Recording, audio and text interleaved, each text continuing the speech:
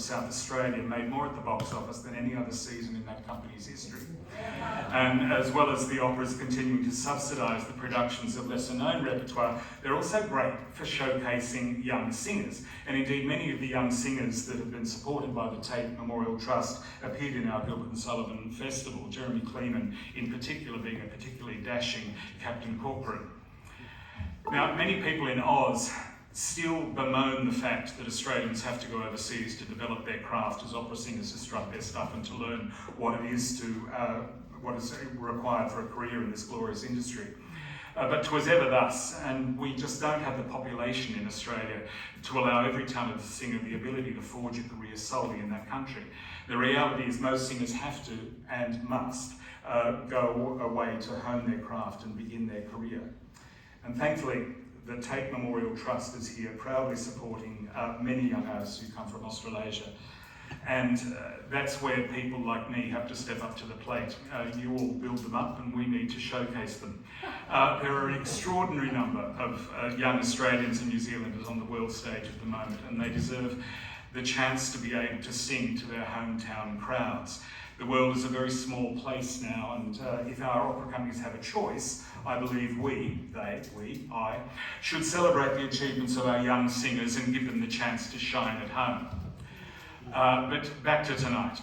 It's a close association between Gilbert and Sullivan and the Tate Memorial Trust, so how perfect tonight that the Tate Memorial Trust is collaborating with the HMS Society to celebrate their centenary. It's a great partnership.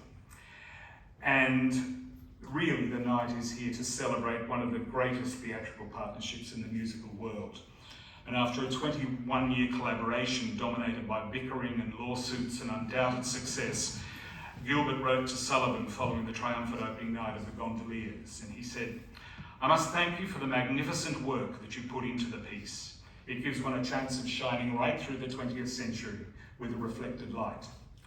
And Sullivan replied, "Don't talk of reflected light. In such a perfect book as The Gondoliers, you shine with an individual brilliancy which few writers can hope to attain." And ladies and gentlemen, in the 21st century, shine they still do. Happy birthday, GS.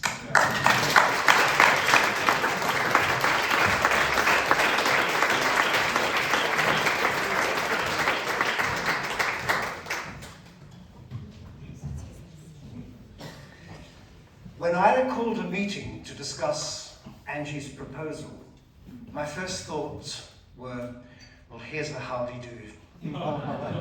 Sorry. How in 1 hour can we possibly do any kind of tribute that isn't just a potpourri? And we can't please everybody in their selections. So the order of tonight's program is very much chronologically in the way the works were written. Also, the Tate Memorial Trust is not just set up to support singers. We have a fantastic array of instrumentalists, 2 of whom will be incorporated, one in a particularly unusual way tonight, to add a little bit of 21st century programming or musical additions to the work. I hope after what Stuart said and watching the film about Viola Tate and Ida's speech, you will become more interested in the progress of the wonderful artists we support. But let me get a feel of the audience before we start. Now, how many of you are GNS members? What do you think, about 50%? How many of you are Tate supporters? And how many of you are just interlopers who have just wandered in from the Ritz entertainment? Well, we are going to please you all. As Angie said, she heard the rehearsal. It is going to be a fabulous musical concert tonight. And it is interesting sometimes we reflect. We know the success and the longevity of the Savoy operas, the Gilbert and Sullivan collaborations. Were they as successful on their own, in their day, in their time? Yes, but had they not collaborated, would they be remembered? Well, let's not dwell on that. Let's dwell on what we do enjoy. And as Stuart has been telling us about how the success of the work is still going on in Australia today, well, in many former Commonwealth countries as well as in Britain. So, Sullivan, let's just start with Sullivan. Now, he was something of a musical genius, as those of you who have read about his background know. He won a Mendelssohn Scholarship aged 14, which, when he finished that at the Royal College of Music, allowed him to go to Leipzig for 3 years to study. And his graduation piece, at age 20, was to write a suite of incidental music for The Tempest.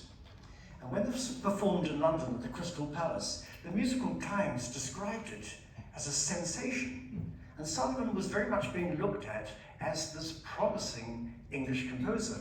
I mean, if you look at Britain in the 19th century, where were the musical equivalents of all these fantastic composers coming out of the continent? If we look at the state of theatre in Britain, it was very much just, well, anybody associated with the theatre, actors or actresses, weren't thought of very much highly, particularly the actresses. And what was the vogue in theatres of the day was what was called burlesque, which was mainly parodies of operas. In a way, Gilbert and Sullivan can be thought of as inventing the 20th century musical. But we look at Arthur Sullivan being hailed as possibly the most promising English composer. And in 1862, 1863, he does a setting of Shakespeare's songs. So what we're going to begin with tonight, before we get into the collaboration between Gilbert and Sullivan, is to hear some of his music.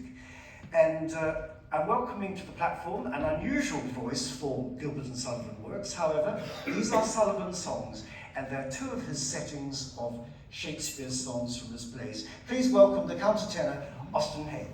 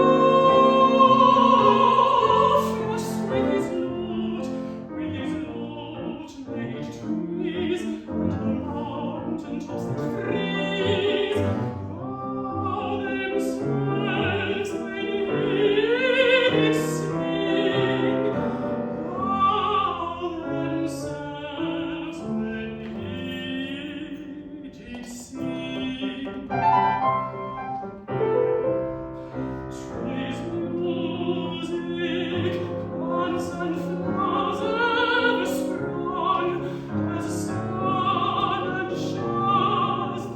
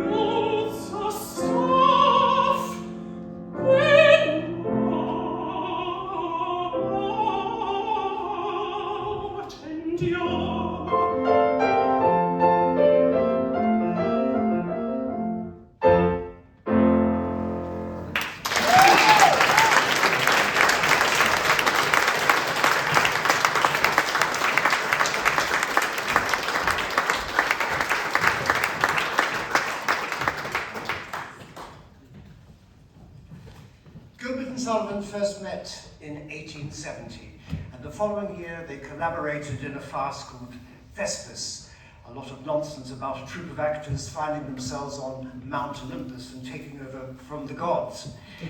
Sullivan had probably only collaborated with Gilbert on this program because his brother Fred was amongst the cast. But 5 years later, Richard D'Oyley Carte was looking for a companion piece for Offenbach's La Pericole. So he asked Gilbert and Sullivan whether they would provide him with something. Now, Carte knew Sullivan very well. He'd been musical conductor for Sullivan's Cox and Box. He also knew Gilbert very well. And Gilbert had previously worked up a version of one of his fun poems for Carl Rosa, which hadn't been completed owing to the death of Carl Rosa's wife. So, Sullivan and Gilbert set work on this expanded version, which became Trial by Jury. A 35-minute work, which proved to be enormously popular and became the talk of the town. Now, Gilbert had tried unsuccessfully to be a lawyer. Said he was so unsuccessful he was only given about 4 or 5 cases a year to represent. And his first case didn't go very well at all. He wrote, "No sooner had the learned judge pronounced the sentence than the poor soul I was representing stooped down and taking off a heavy boot, flung it at my head as a reward for my eloquence on her behalf, accompanying the assault with a torrent of invective against my abilities as a counsel and my line of defense." Now, as we know, Gilbert loved to satirize, to lampoon authority, and he always had his sights on the aristocracy, on Parliament, on the military, and on the clergy. No one escaped his biting wit. And perhaps it is those amazing words that still seem so relevant today. What's much harder in so many of the works is the topsy-turviness of the stories. Now, I set myself a target. I thought, what did you say, 14 works including Thespis. Can I learn the plots? Could any of you stand up and recite the plots of these 14 works? They are impossible.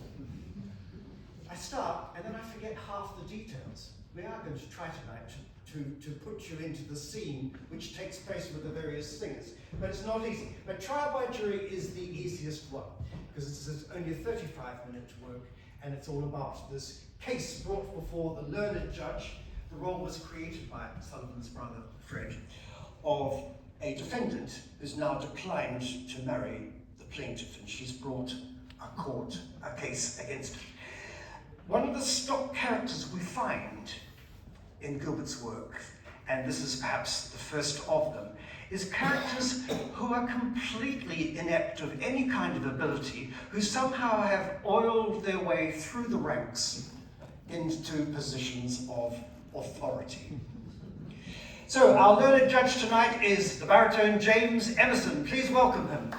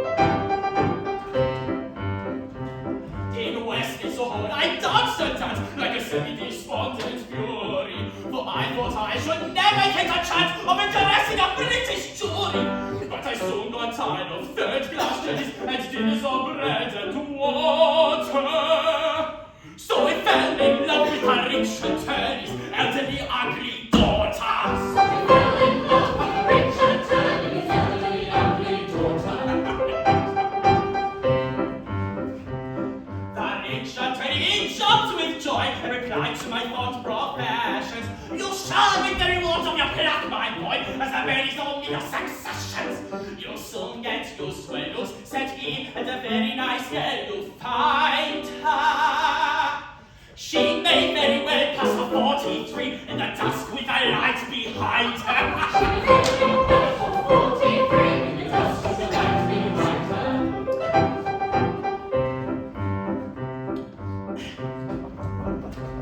The rich attorney was good as his word. The breeze came trooping gaily, and every day my voice was heard, and the sessions o'er ancient baby. All thieves who could my fees afford relied on my orations, and many a burglar I've restored to his friends and his relations. And many a burglar is restored to his friends and his relations.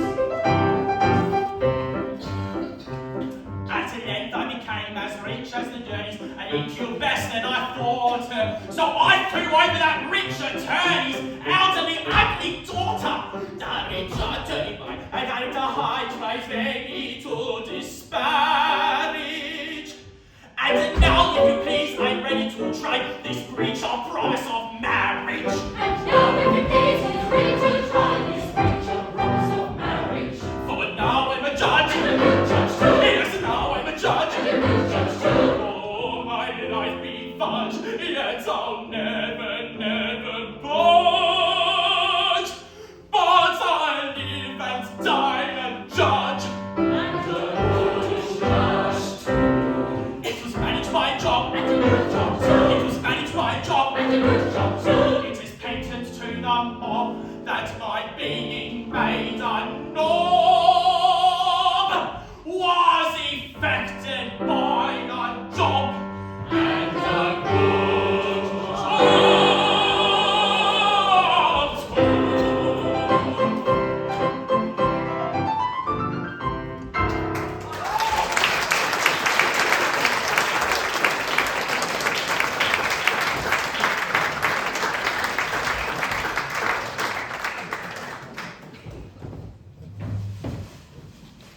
Trial by jury proved to be a huge success, much more than La Pericole.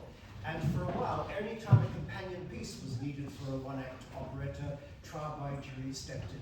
Doylecart then decided they needed to form a comic opera company. So he enlisted some investors and said to Gilbert and Sullivan, right, this time it'll be a full-length work, which in 1877 turned out to be The Sorcerer, which ran for 178 performances. Then the following year, 1878, comes their first huge hit for a full-length work, HMS Pinafore. This ridiculous name of giving a British warship the name of virtually an apron worn by young women, or older women too. It was a huge success. It was a colossal success. It was such a success that the investors sent thugs into the theatre to steal the costumes and the sets and the props during a performance, and the cast and the backstage crew had to fight them off. Well, in the end, they lost out on being part of what became a theatrical gold mine. Now, this is one of these stories where, again, I struggle to come to terms with exactly what's going on at all moments in it. It basically concerns Captain Corcoran, whose daughter he has had engaged to the, what's it called, the Lord High Chief of the Admiralty, or something like that. But she doesn't want to marry him because she's in love with Sir Rafe Rackstraw, a simple sailor. And at the beginning of Act 2, Captain comes out and he sings this very soulful number, Fair Moon to Thee I Sing. Basically, he's singing all his troubles to his moon. He's saying, my crew have deserted me, my daughter doesn't like me anymore, and the Lord High, what's he called? The First Lord of the Admiral is basically going to have me thrown into chains. Everything in my life at the moment is at 6s and 7s. So here's now Jane Anderson in a different role, Captain Corcoran in HMS Pinafore.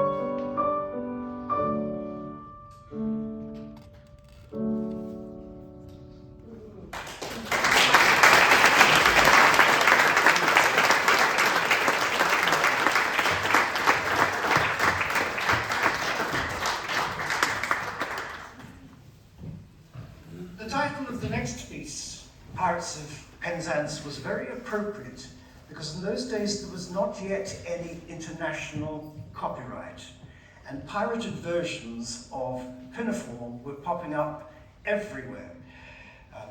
Dolichart organized a group to go to America to show them Pinafore, but found that they'd already had dozens of illegal productions there. So he determined the only way to do something about this was for the next work, with the appropriately named Pirates of Penzance, he was going to give the first night to a New York audience and therefore establish its copyright in America. And the first performance of the Pirates of Penzance took place on New Year's Eve, 1879. It proved to be as spectacularly successful as Pinafore. Now the story involves a young man called Frederick, whose nursemaid, Ruth, is rather deaf. And when Frederick's father said that he wanted the boy apprenticed to become a pilot, she thought he said pirate. So he has spent the first 21 years of his life being apprenticed to a pirate. It is now his 21st birthday, and he's resolved to go and see what else goes on in life. And he meets these beautiful group of maidens. They are the daughters of the modern Major General. And he asks them to help reform him in this beautiful aria, sung by Philip Kostovsky, our tenor.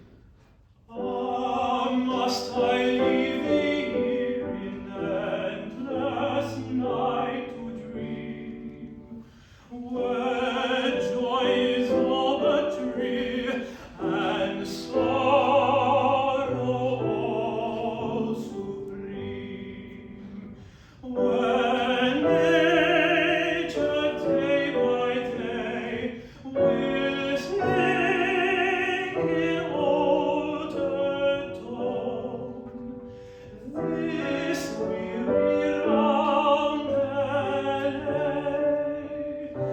He loves thee, he is gone. Fa la la la, fa la la la. He loves me, he is gone. Fa la la la,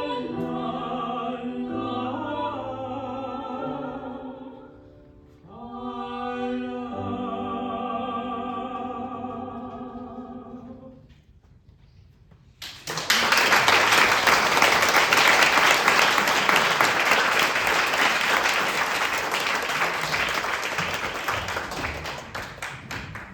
And amongst all the satire in which there are these just splendid musical numbers, sometimes solos and sometimes that exquisite duet.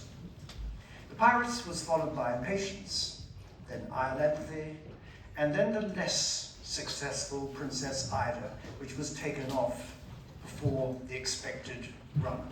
D'Oyly Carte was anxious for Sullivan and Gilbert to fulfill the terms of the contract and come up with yet another work. But Sullivan was starting to get tired of what he felt was a lot of repetition in the plots.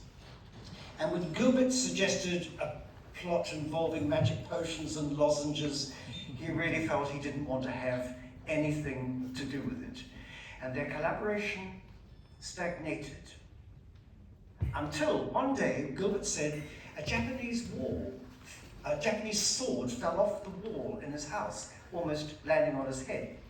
And he got the idea for an operetta set in Japan. At that time, there was a craze for everything Japanese. Those of you who saw the film Topsy Turvy will remember the scene where Gilbert keeps going to the Japanese tea garden in Knightsbridge and having tea served by a girl he called Miss Sixpence, because that was the only English she knew, and that's what she came around to the tables charging as the price for tea. So he invited Miss Sixpence to come to rehearsals to show these English ladies exactly how they should walk in a kimono and in those little sandal things on their feet. It was a huge success. It ran for 672 performances, which was the second longest that had ever been seen on an English stage. It broke its previous record, which had been set by Pinafore, which had had 571 performances. And it has remained the most popular of all the works. Again, although it's set in Japan, very much it's a satire on British authority. And again, in the figure of Coco, we see someone who has no ability whatsoever being given a position of supreme power, rising to the rank of High Chief Executioner, Chief High Executioner, whichever one it is.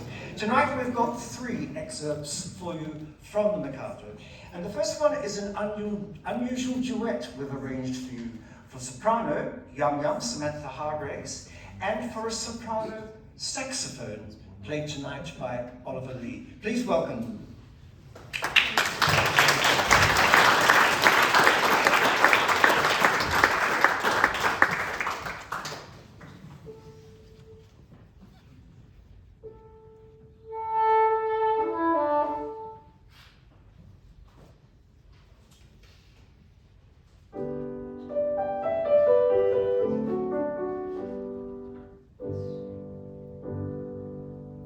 The sun whose rays are on a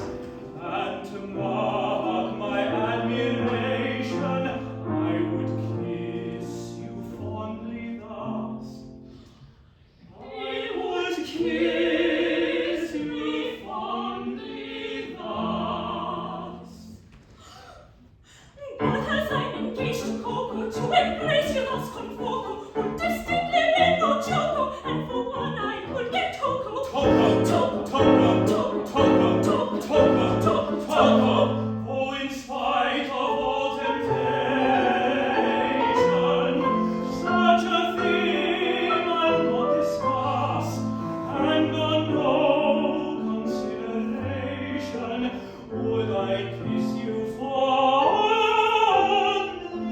thus? Would I kiss you fondly thus? Let me make this clear to you. This is what I'll never do. This, oh this, oh this, oh this. This is what I never, never do. This, oh this, oh this, oh this. This is what I never do. I never do. Oh this,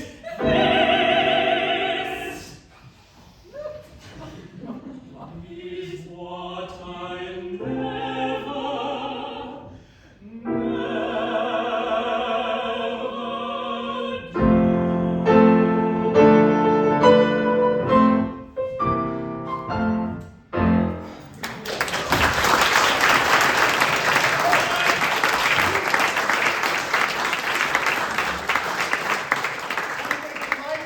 To welcome our special guest for the evening, Jeffrey Black, as the Mikado.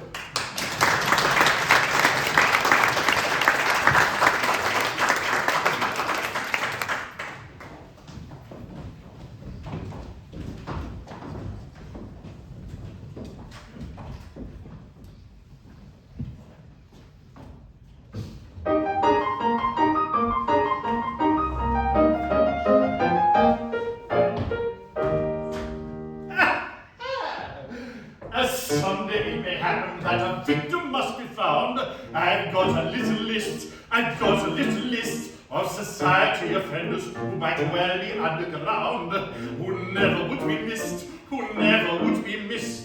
There's the milk before the water pours, ruining our tea. The happy chippy bunny chaps who burnt a bat or three.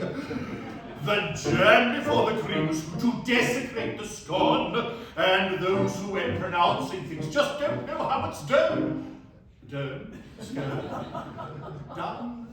Oh, these guilty gastros sent us to the bottom of the list. Let none of them be missed. He's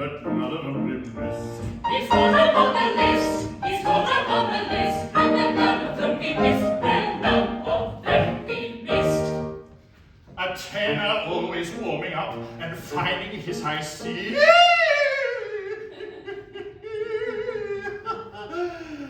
I've got him on the list, or a baritone that primps and pleans. Could that be me? Perhaps I'm on the list. I might be on the list. There's directors who change opera just because they cannot sing, and yet another digital production of The Ring. And a modern composition where it's hard to find a note.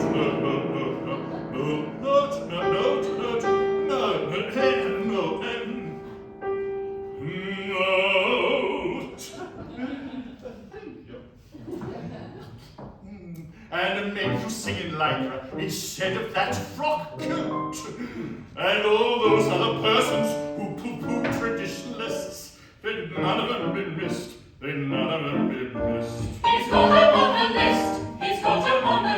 And let none of them be missed. And what about those moping louts who don't like GNS? I've got them on the list. If you eschew a patter song or mock a plotted jest, I've got you on the list. There's nothing I love more than having GNS to bless. A pleasant boon of roguish tune and effervescentness. Those opera fiends and pop star queens who scream a lot of mess will never know a proper show, the grandest and the best. The GNS refusers are the bottom of the list. Let none of them be missed. He's got him on the list. And let none of them be missed.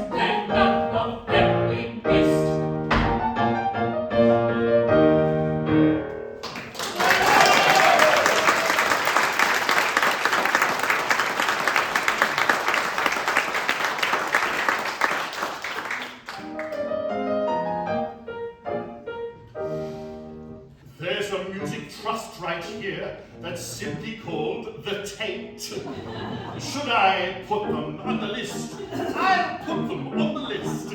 Who have many little meetings to decide a singer's fate.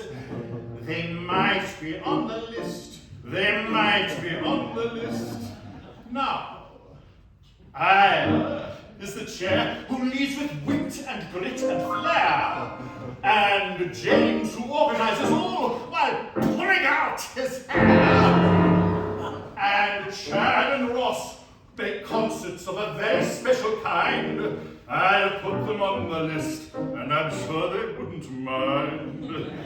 And Maunder, who's our special guest, he knows his GNS. They'll all go on the list, let none of them be missed.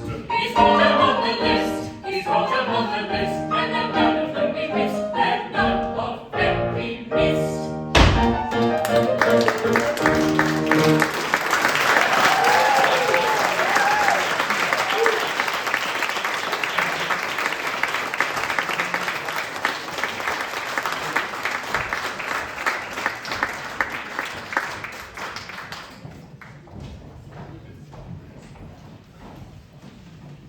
Thank you for joining us tonight, Jeffrey. What a special treat. The Mikado was followed by Radigal, and then comes the Yeoman of the Guard, which is about a jester competing with a nobleman for the love of a beautiful girl. And it allowed Sullivan to have much more melodic scope. It was to be his favourite amongst all their works. There was no sort of topsy-turviness in it. However, their following work, The Gondoliers, is back to the comic world. Trying to work out the plot of this one is pretty complicated too. It involves these two gondoliers, two very handsome gondoliers called Marco and, what's his name, Giuseppe or something, who are admired by all the girls. So finally they decide to have a competition. They blindfold themselves and they end up with Janetta and Tessa. And at the end of Act 1, they get married. However, there's a real problem in that it turns out that the Grand Inquisitor, who's come from Barataria, is that how you pronounce it? Where there's been some kind of insurrection, a baby got mixed up. There's always mixed up babies, aren't there?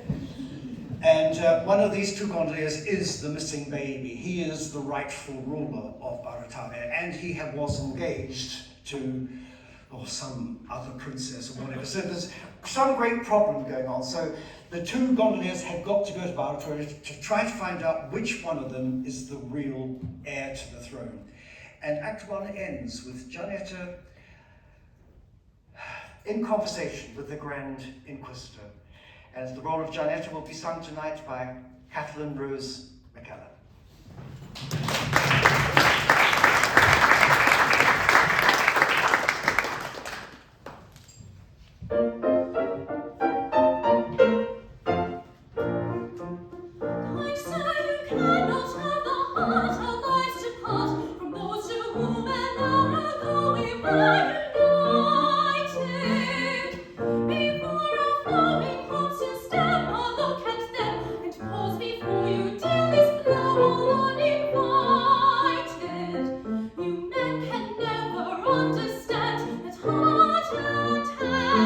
Can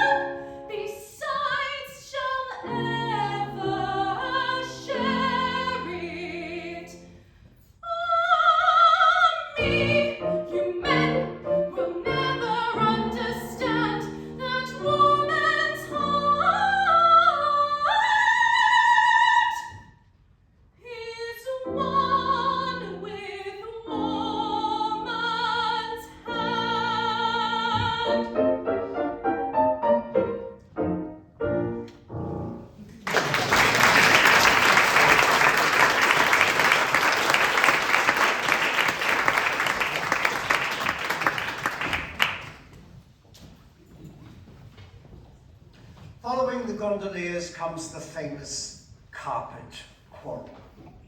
In 1881, Dolichard had built the Savoy Theatre, which became the home to what became known as the Savoy Operas. But following the Gondoliers, the carpet needed to be renewed, and he sent Gilbert and Sullivan bills for their part. And Gilbert absolutely refused to pay. He felt he was being diddled by Tait, and he took him to court.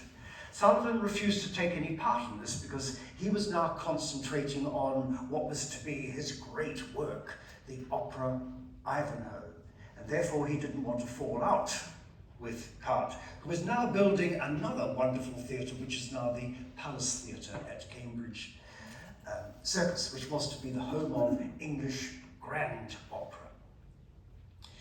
So they stopped speaking, they stopped collaborating. However, finally things were patched up as the projects they embarked on, particularly Sullivan's Ivanhoe, weren't the successes they had hoped for. And they came together for two more works, Utopia Limited and The Grand Duke. But somehow they had lost their magic.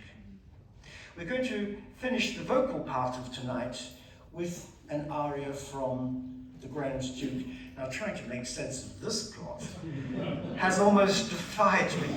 In a way, Gilbert has returned to the original theme, which was about that group of actors who found themselves on Mount Olympus and take over from the gods. Now we're in some German tottering principality where a group of actors are about to oust the Grand Duke and take over themselves. There's also some crazy rule whereby duels are settled by drawing cards. Just one card each. Whoever gets the losing card is the loser. And by a set of circumstances that take place in Act 1, the Ludwig of the company goes to see the Grand Duke, and they have this duel by a drawing of cards, and the Grand Duke loses. Therefore, he becomes the Grand Duke. Now, at the beginning of Act 2, the character you're about to meet, Julia, who's the leading actress in the company, has said, well, as the leading actress, I demand to become the Grand Duchess. Unfortunately, the fiancé of Rudolph turns up and says, if you're going to be Grand Duke, you've got to take over all the previous responsibilities, which means marrying me, which leaves Julia alone on stage to sing this rather beautiful song, So Ends All My Dreams, except that it's rather tongue-in-cheek. Julia had never wanted to be the Grand Duchess, and she certainly is not in love with Ludwig. Yet the thing about Gilbert, he was a very modern director in that he insisted that the actors all must follow his directors. He would get up on stage and he would stand next to one of the performers and he would repeat the line and do the action over and over again until they did it in the identical way that he did it. At the same way, he did not allow any improvising in the works. It was very much a controlled show by the three men. And that's possibly part of its success, that tight artistic control over the work. So, please welcome to stage Megan Bowen, who is going to explain a little bit more about this character Julia, who I said didn't want to be a Grand Duchess, doesn't love Ludwig, yet because she's a theatrical creature, she must always respond to every event in a theatrical manner. Megan. I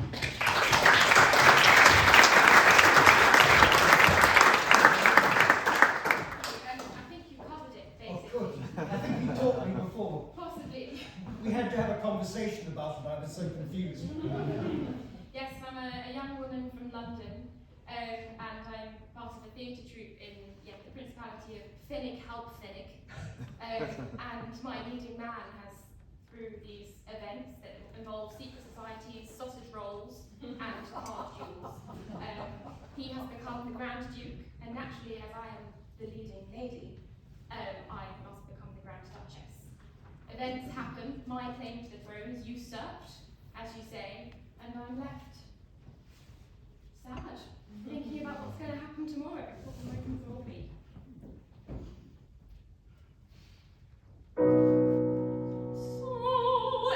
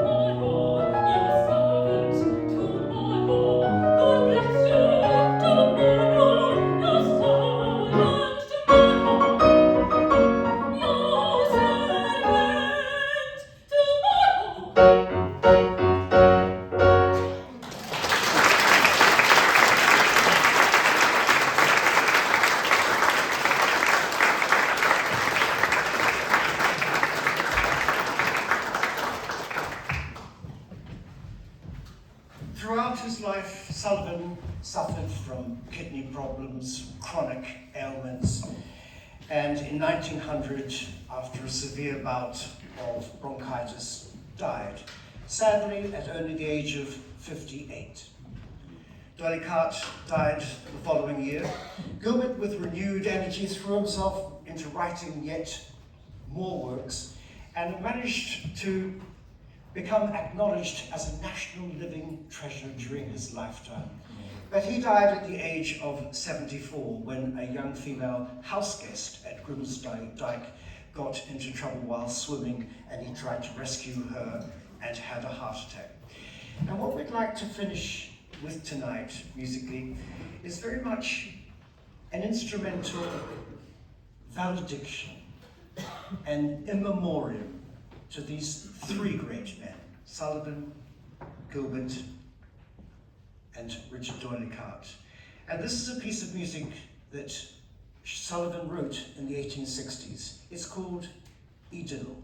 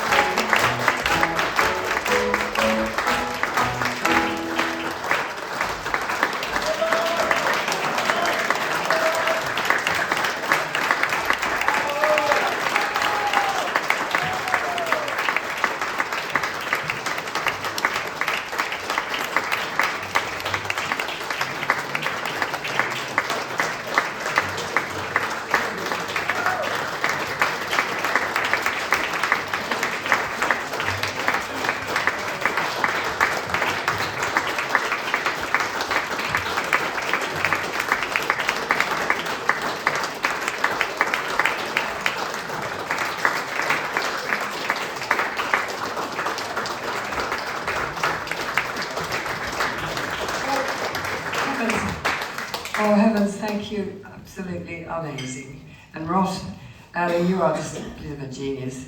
You're incredible how you... Oh, well, I can't do anything about Gilbert and Sullivan.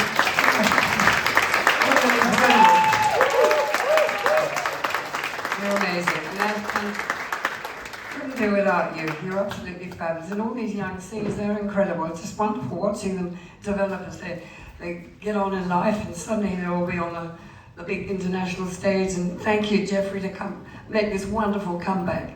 Heavens, we're just grateful for you all. And Megan, also, that was a lovely, wonderful present for your grandmother, who's sitting there hopefully watching you.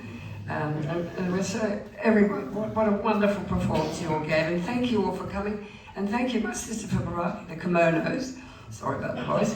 And thank you for Peter, who the props. We've got the lovely hat. And as for you, James, that wig really suits you.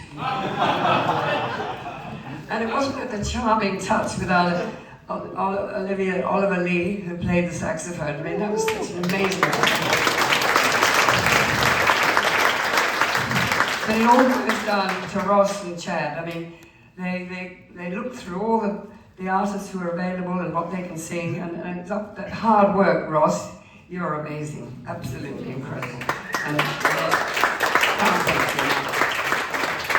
And we're just growing. It's just amazing. We're meant to be retiring, but you know, we're retiring. We've got all this young talent. I mean, we might go on tour, do you think? Will you have us up in Manchester, Ray, or in Australia? Stuart Maunder. Anyway, thank you for coming, Stuart, and saying those lovely words. Thank you all for coming, and see you again soon.